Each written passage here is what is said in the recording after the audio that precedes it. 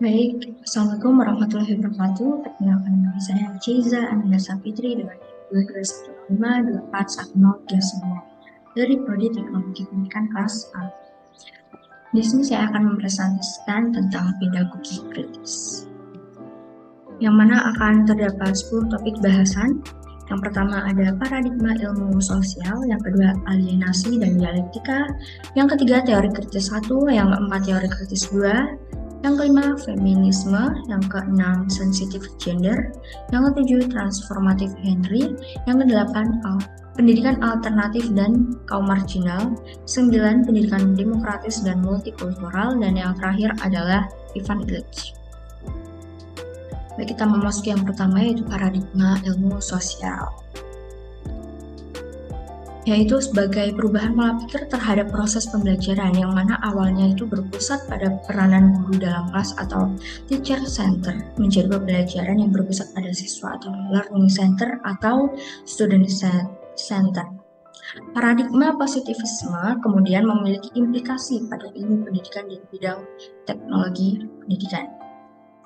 Paradigma positivistik adalah suatu aliran yang ingin memperbaiki kelemahan-kelemahan yang ada pada paradigma positivistik.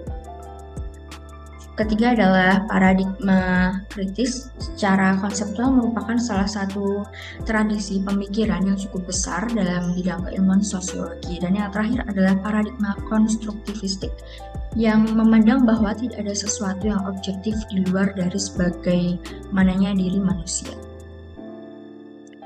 Selanjutnya adalah alienasi dan dialektika. Karl Marx mengembangkan teori alienasi yang mencerminkan keterasingan manusia dari hasil karyanya dan aspek-aspek kehidupan sosialnya dalam konteks kapitalisme. Karl Marx menggunakan dialektika sebagai alat untuk memahami dan mengatasi keterasingan dengan prinsip-prinsip seperti ketergantungan, perubahan, kontradiksi, dan perjuangan.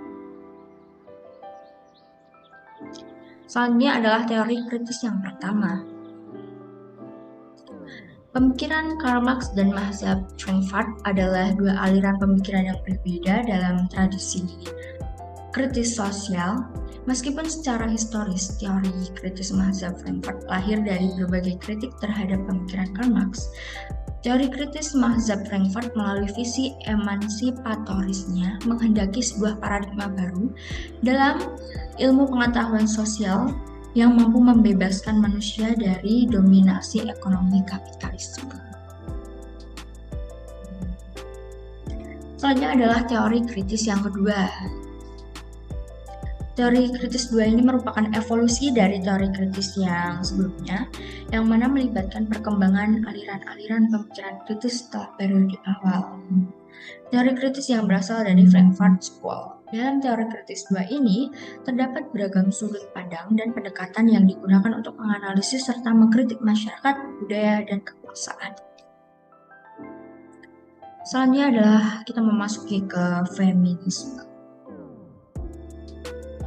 Feminisme telah mengalami perkembangan dalam beberapa gelombang. Yang pertama dimulai pada tahun 1792 yang berfokus pada kesenjangan hak politik seperti hak pilih dan hak jabatan perempuan. Gelombang kedua yang muncul pada tahun 1960-an yang mana memperjuangkan kesetaraan di tempat kerja, keluarga, masyarakat, dan hak-hak reproduksi. Memasuki gelombang ketiga yang muncul pada 1980-an mengkritik gelombang sebelumnya dan menekankan pada aktivitas teoritis. Dan yang terakhir adalah gelombang keempat yang muncul pada tahun 2008 yang mana memanfaatkan internet untuk memperluas suara feminis ini. Kita memasuki ke sensitive gender. Masih ada kaitannya dengan feminisme tadi ya.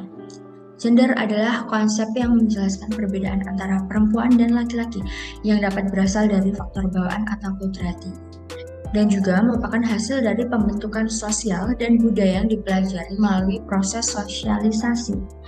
Di sisi lain, feminisme berawal dari kesadaran akan adanya ketidaksetaraan tertentu dalam masyarakat sehubungan dengan kedudukan perempuan itu sendiri. Kita memasuki transformatif Henry. Henry Giroux adalah tokoh terkemuka dalam pedagogi kritis. Mungkin dari kita semua tidak asing dengan nama tersebut, yaitu metode pendidikan yang bertujuan untuk mendukung siswa agar menjadi agen perubahan sosial yang aktif. Di dalam konteks reproduksi, pedagogi kritis berperan untuk mereduksi model mengajar transmisi dan membatasi propaganda budaya konformitas dan penyerapan pengetahuan yang pasif. Lalu selanjutnya ada pendidikan alternatif dan kaum marginal. Pendidikan alternatif mencakup berbagai program atau metode pembelajaran yang berbeda dari pendidikan konvensional, yaitu lebih menekankan kepada pemberdayaan siswa melalui pendekatan individual dan penekanan pada kebutuhan, minat, dan kekuatan unik dari setiap individu itu sendiri. Dan selanjutnya adalah pendidikan demokratis dan multikultural. Pentingnya pendidikan demokratis kritis dan pendidikan multikultural dalam konteks pendidikan Indonesia. Jadi dalam hal ini kita mengetahui bahwa pendidikan demokratis kritis dan pendidikan multikultural itu sangat penting untuk pendidikan di Indonesia. Karena pendidikan demokratis kritis melibatkan pemikiran kritis, partisipasi aktif, dan tanggung jawab dalam kehidupan demokratis. Tujuannya adalah untuk membentuk warga negara yang demokratis dan mampu berpartisipasi secara aktif. Baik, kita memasuki tema terakhir yaitu Ivan Illich. Pedagogi kritis merupakan filosofi pendidikan dan gerakan sosial yang bertujuan untuk membantu siswa mempertanyakan dan menantang keyakinan dan praktik dominan. Hal ini dapat diterapkan dalam pendidikan teknologi untuk membantu siswa mengembangkan pemahaman kritis mengenai implikasi sosial dan politik dari teknologi, dan untuk membantu guru mengembangkan kompetensi dalam memahami hubungan kekuasaan dalam pendidikan.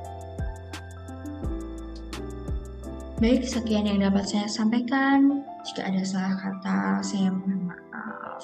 Sekian, terima kasih.